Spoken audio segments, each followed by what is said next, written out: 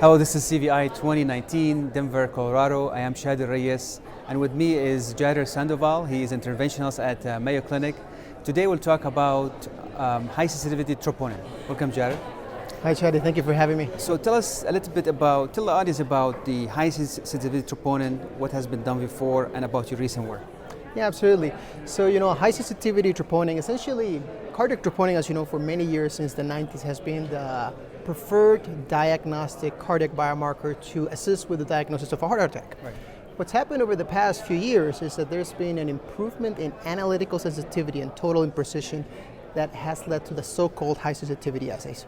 What does that mean really? What does that mean is that now the assays, the tests, are able to precise very, very low concentrations that we were not able to measure before. So now by definition, these assays in normal people that are walking around should be able to provide a measurable value in over 50% of cases. We weren't able to do that before. And they're able to do it with a lot more precision.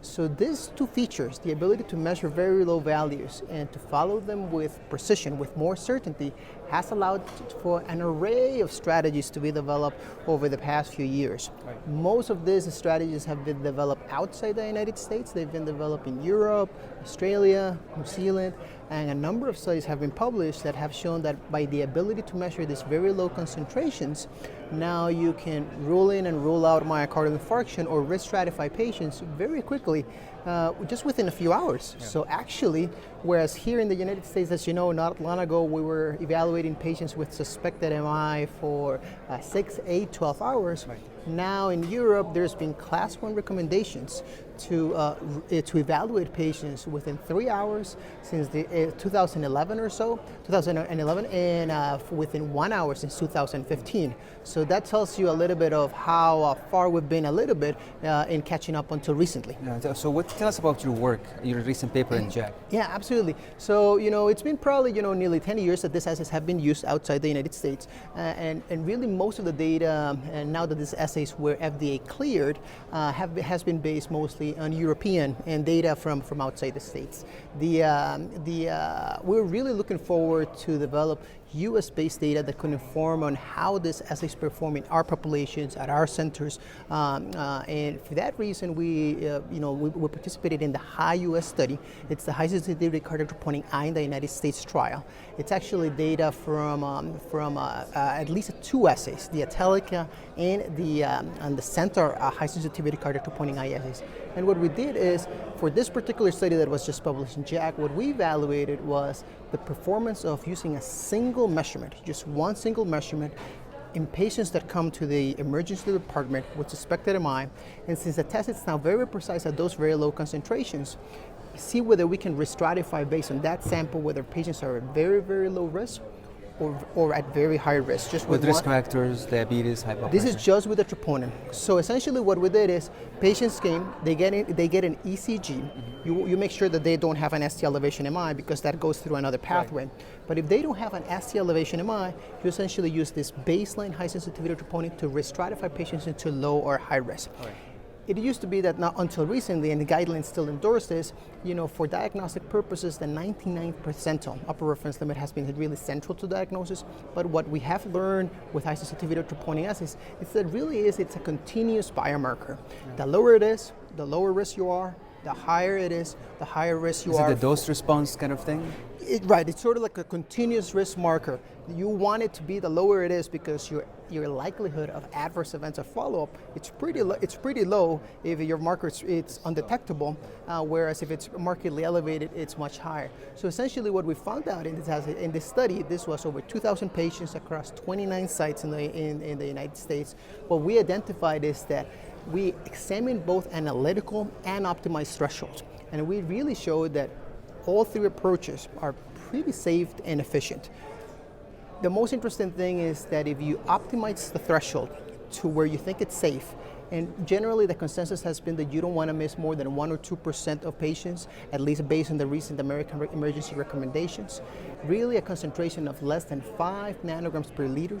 If you have no ST elevation on the ECG, and you have no consistent chest pain or other high-risk features, and you have a concentration of less than 5 nanograms per liter, you are at very low risk. We also identified that if you have a concentration of over 120 nanograms per liter, you have a positive predictive value for MI of 70%, almost 70%. So now you're a high-risk patient. You may want to call cardiology. You may want to admit that patient. So it's really pretty, I would say, significant change from the approach of evaluating patients over hours to using one sample to potentially risk stratify and triage patients very quickly upon presentation. This is something that if, with more study, more validation and evaluation, we would hope would translate to a lot of improvements in cost effectiveness and improvement in utilization. If we do this in practice, you often call from ER or as a consult post knee surgery. With somebody chest pain, they do a troponin, it's positive. It's more than 0.5 nanograms, right? So what, as a cardiologist, they call the cardiology, what would you do next? Is this somebody we should take to the cath lab, or somebody we say, okay, you know what, let him beta blocker, antiplatelet therapy, and we can stage his intervention or angiogram down the line? You mean in what setting? In a perioperative scenario? Preoperative, post-MI, or preoperative, or ER calling you for a chest pain, positive troponin. We get this all the time. Yeah, I think you raised a really good point. This is one of the reasons we have to do more U.S.-based studies. The reason for that is because in the United States we use the test, and it's been shown in a number of studies. It's just somewhat a little bit more unselectively. Many of the studies that have been developed have been done in chest pain populations that clearly present with angina for 10 to 20 minutes, and we use troponin to risk stratify patients. Whereas here in the United States, we have patients that are short of breath, that have weakness, that are found down, that have an array of presentations.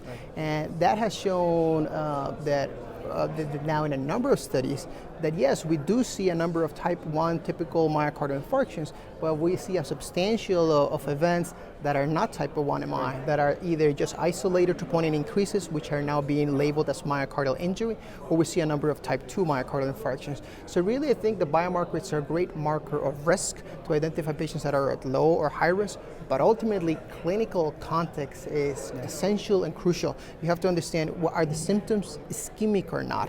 Are there ischemic ST changes or not? What is the presentation? What is the rationale for the presentation? Is this a patient that has sepsis, fever, pneumonia, or something correctly, else? You are saying if somebody has a positive troponin after, let's say, coming with chest pain, so the chances of him having a true myocardial injury is really high, right? So I should really address it, especially if it's hypertension, diabetes, as you said, the chest pain is typical. Even a slight rise in troponin is considered should go into the route of cardiac evaluation. Not necessarily. And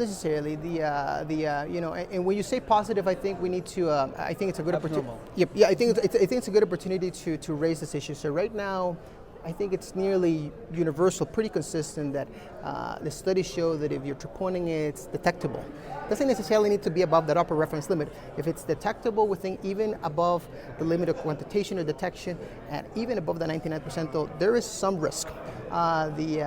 In general, the guidelines and the fourth universal definition of MI just came out. If it's above the 99th percentile, that is myocardial by definition, myocardial injury by definition.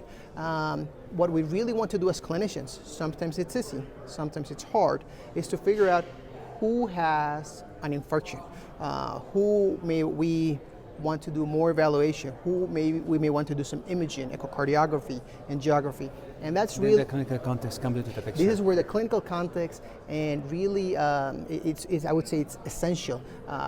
Sometimes we get too fixated on the biomarkers, but ultimately the clinical context, the symptoms, what the ECG shows, it's essential, and that will really dictate whether we need to do more. For example, non-invasive imaging. Some patients may warrant an echocardiogram, cardiac MRI to clarify the nature. Some other people may need an angiogram. But that really is going to be ultimately dictated by the clinical context. So what's next for you? What's the next phase of high-risk troponin? Yeah, absolutely. So I think there's a number of opportunities for us in the United States. This study that we did, it's really a step forward that really shows and validates what many studies have shown, that we can now re-stratify patients for suspected MI just within a few hours. In this case, with one sample.